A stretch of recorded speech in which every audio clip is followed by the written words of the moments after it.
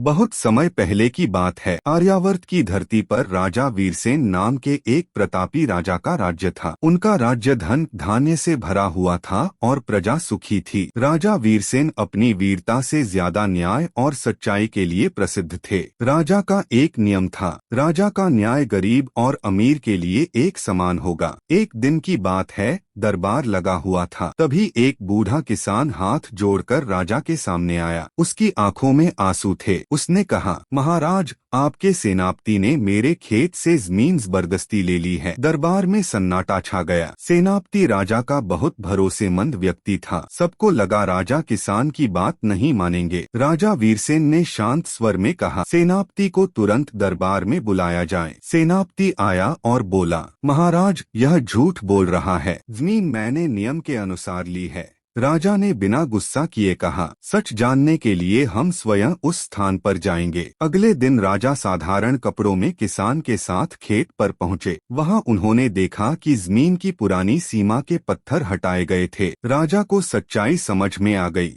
राजा ने दरबार में लौटकर निर्णय सुनाया, सेनापति ने अपने पद का दुरुपयोग किया है। जमीन किसान को वापस दी जाएगी और सेनापति को दंड मिलेगा। पूरा दरबार हैरान रह गया। सेनापति ने शर्मिंदा होकर क्षमा मांगी। राजा ने कहा, राज्य तलवार से नहीं, न्याय से चलता है। जो न्याय नहीं करेगा वह राजा का सेवक नहीं हो सकता। उस दिन के बाद राजा वीरसेन का नाम दूर दूर तक फैल गया। प्रजा उन्हें सिर्फ राजा नहीं बल्कि धरती पर ईश्वर का रूप मानने लगी और उसी न्याय के कारण उनका राज्य वर्षों तक सुख और शांति से फलता फूलता रहा।